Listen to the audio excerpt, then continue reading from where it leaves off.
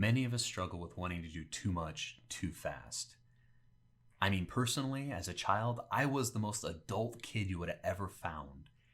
Trying to grow up by the time I was 12 years old, thinking that everything needed to be in line, locked down, ready to go. So much that along the way, I missed important parts of enjoying childhood. Things that I really could have probably built up to really shape who I wanted to be more so than what I had to do as an adult.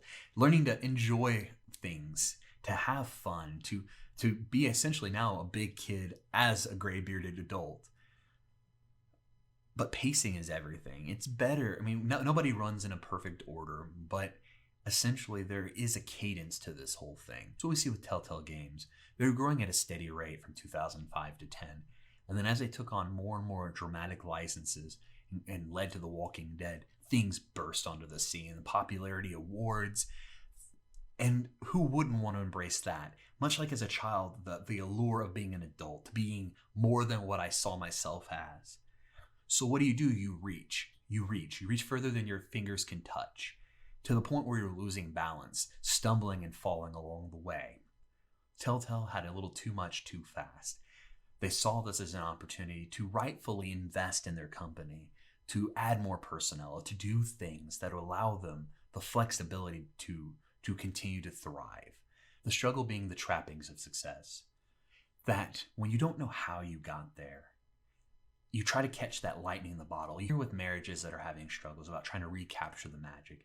But the truth is the magic isn't something that can be recaptured. You can't bottle it and serve it up on an assembly line. What's truly there is the work, understanding and documenting what got you there. What was so special about The Walking Dead? The connection, the change, the want to care about characters that aren't real, much like we do when we turn those pages in a novel.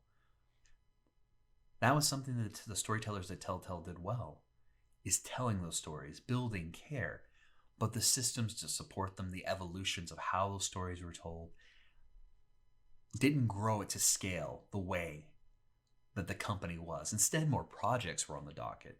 The agility to make those changes fell by the wayside. I think of it like a fork in the road. One being a 4-lane highway that you can speed along, and the other being wrought with obstacles, challenges, and no ability to move quickly. It seems like the right idea to take the perceived easier path.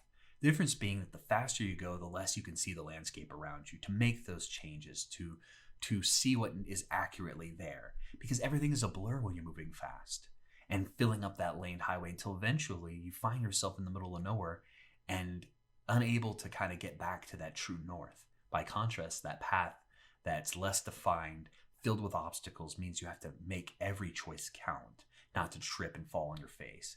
And when you do that, it allows you to truly commit to those changes, to understand why you're successful, to know where the traps and things are so that you can avoid them in the future.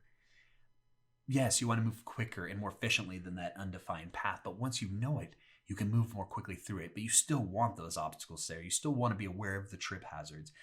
What you find on that highway is you'll hit that pothole, flip your car, and not have any recognizable way of getting back to where you started.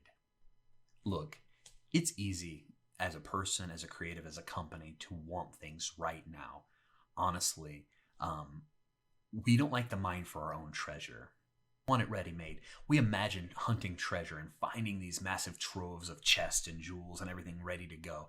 Whether that be me trying to be an adult as a child, Telltale trying to do too much too fast, or any of us who just want it already without putting in the work where the real value is. The reality is that you have to mine for that gold. You have to take it, melt it down, clean out the impurities, refine it to turn it into the thing that houses those jewels, to be more than what it started it. It starts as something raw and ugly, and it takes a lot of work to get it to be beautiful, and it takes that persistent work to keep mining that consistent treasure. You can't just duplicate it. A duplication is only a fake. It's counterfeit. It's hollow, and eventually people will recognize that. Those are some of the trappings of success, is wanting to capitalize and just repeat and repeat and repeat. So how do we combat this? Foresight, planning, being aware of our weaknesses and character. All of us are guilty of wanting everything now. So taking that into account, how do you build systems that allow you to to continue doing the thing you do great, to play to your strengths. Storytelling and Telltale went hand in hand. There was not a point where I felt that that was suspect. You're doing things too much too fast. The leadership is having trouble keeping up and evolving as well. Open-mindedness and ability to create dialogue and systems that create comfort to be creative, to be able to know that your ideas are truly being heard, that there is an actual worth to them, and that those things may be executed upon if they're the right thing to do. Instead of spending so much time in the creative side fighting on both fronts, trying to decide how to move forward, there was an irony that these games were actually released episodically. On average, 5 episodes per season per game. Each one of those created opportunities to, on a micro level, innovate, to experiment, to see what worked and didn't work. And I'm not saying there wasn't some level of that, but not in a way that allowed them to shape a destiny, that allowed them to create something new, visibly new and different. And other consequences is not everyone, when you have a team as large as Telltale had, going so quickly, it's expecting everyone to keep up. We all work at different paces. So when you're a leader and you're at the forefront of this, you have to keep everyone in step. And that is an immense struggle when you're trying to scale so quickly, because you have people who are getting literally yanked and behind, and they can never catch up. How exhausting is that, both emotionally and as a creative team, when not everyone can actually be in sync on a regular basis? Those are the trappings of what success can provide. Success is not all good. Success is a stumbling block to prepare for. It's something to embrace and to cherish when it's there, but not to fall in love with, not something to be stymied by. And when you have a company as large as hundreds of people, it is so easy to do, but it's equally easy to do with a small group. Everyone moves at a different speed, but we have to find a shared, agreed upon ability to deliver. Otherwise, things fall apart. People fall apart, eventually crumble under the weight of so much expectation. You move at that speed, you're never able to feed that monster inside, that desire, the want to be more. The success only begets more of a hunger that can never be sated.